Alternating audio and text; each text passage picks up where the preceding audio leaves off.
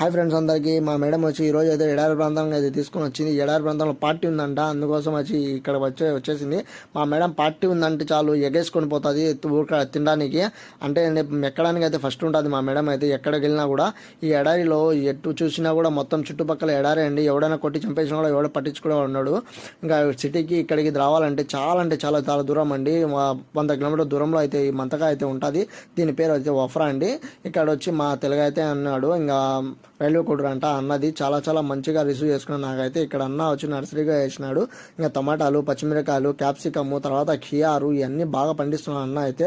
నిజంగా really thank you so much. అన్న బాగా నన్ను బాగా చూసుకున్నాడు ఆ రోజు మొత్తం అయితే.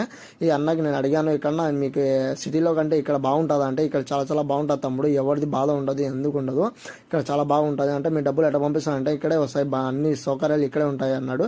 ఇంకా లాస్ట్లో ఫుడ్ అయితే ఇచ్చేసాడు. ఇంకా ఫుడ్ తీసుకొని ఇంకా మంచిగా తినేసినాము. ఇంకా